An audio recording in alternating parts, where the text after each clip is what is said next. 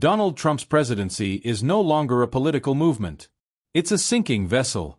And Republicans are finally scrambling for the lifeboats. And who can blame them?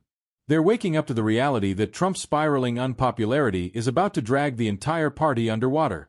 Lindsey Graham once warned that stopping Trump would mean the end of the GOP tie.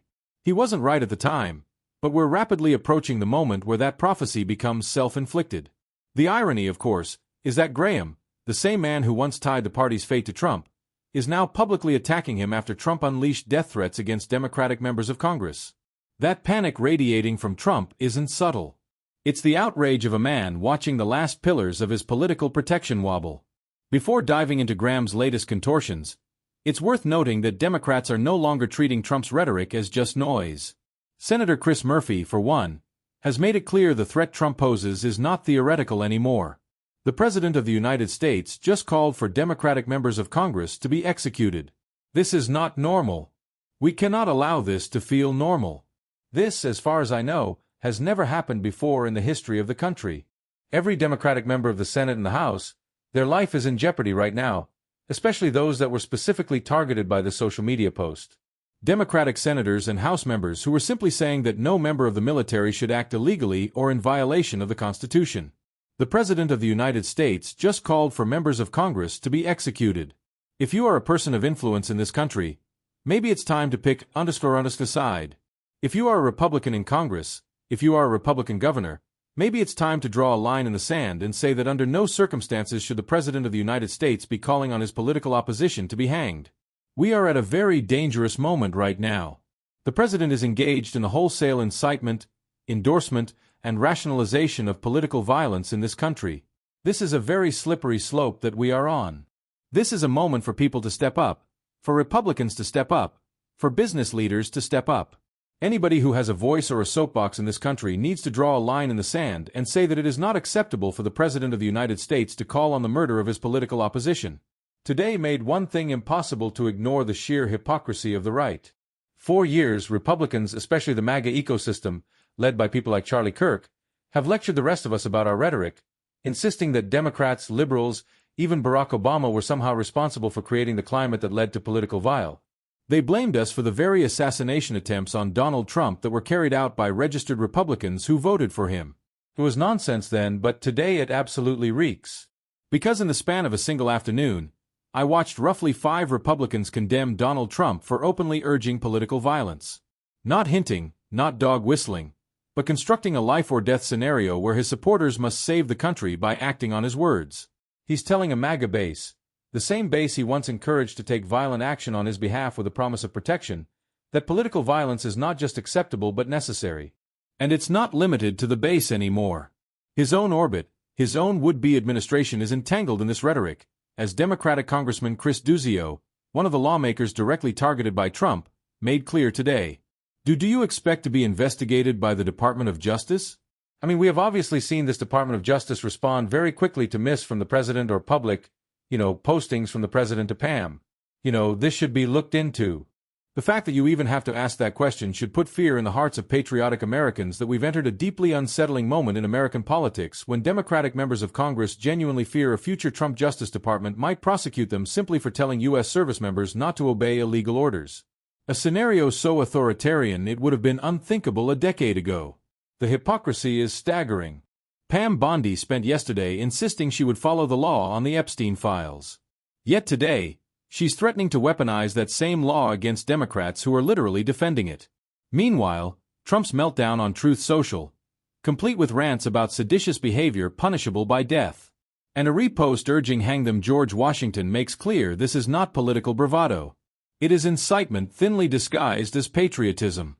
Even Republicans like Rand Paul and Tom Tillis, usually allergic to confronting Trump, warned that such rhetoric invites violence from unstable individuals who see themselves as enforcers of Trump's fantasies. Lindsey Graham, after years of enabling Trump, finally admitted the posts were over the top, proving that the breaking point arrives only when Trump threatens them. But make no mistake, this is not a moral awakening. Figures like Marjorie Taylor Greene are simply reading the political weather. The megaship is taking on water and Republicans now face a choice. Abandon Trump or sink alongside him. Even so, it is very clear when you put all the polling together. The Democrats right now are the ones with political momentum. That's evidenced by the off-cycle elections earlier this month. The first real test we had of all this when Democrats flipped the governor's mansion and the state legislature in Virginia, opening up a supermajority there. They became the first party in decades to hold New Jersey's gubernatorial mansion for 3 straight terms, to say nothing of the fact the 34-year-old Democratic Socialist beat both a Republican and a Trump-endorsed independent candidate to become the mayor-elect the biggest city in the country. In fact, Republicans are so concerned about the midterms, Donald Trump ordered red states to rig their congressional maps, believing that extremely rare mid-cycle redistricting would be his salvation. Right. The way to make sure that Republicans face no consequences with actual voters next year. But even in that case, Trump cannot get it over the finish line. Despite bullying and browbeating state legislators with visits to the White House, personal entreaties by Vice President J.D. Vance, state legislators under complete Republican control like Indiana and Kansas, to name 2, have refused to go along with this scheme, at least so far. They have told Trump no, they will not do his bidding.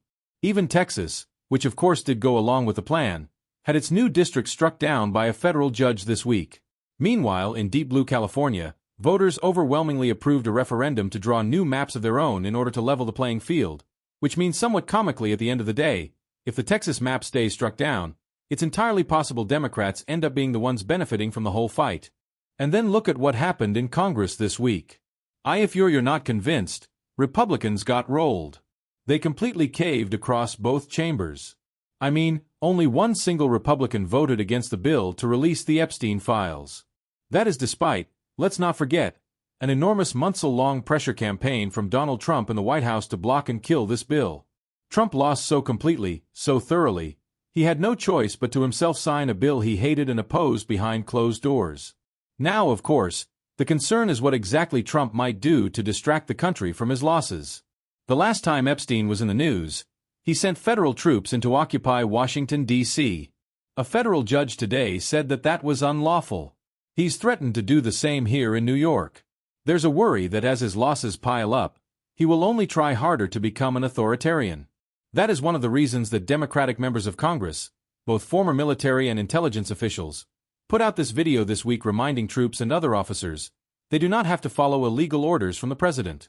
In fact, it's crucial they don't. And Donald Trump has been completely melting down over that very video today. He has called for the participants in the video you're seeing on your screen right now, members of Congress, to be tried for treason. He has amplified calls for them to be executed. He has received bipartisan condemnation for his comments.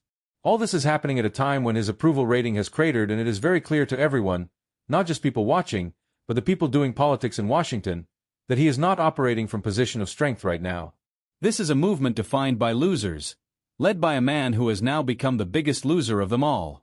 And the political fallout is finally catching up to him.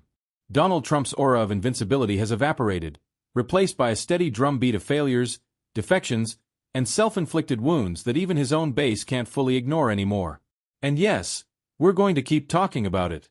We're going to highlight it, dissect it, and use it as a wedge between Trump and the MAGA faithful every single day. Because the truth is simple. The unraveling of this movement isn't just happening, it's accelerating. So, what do you think? Let us know in the comments. If you enjoyed this video, don't forget to hit the subscribe button. The next one is even more controversial.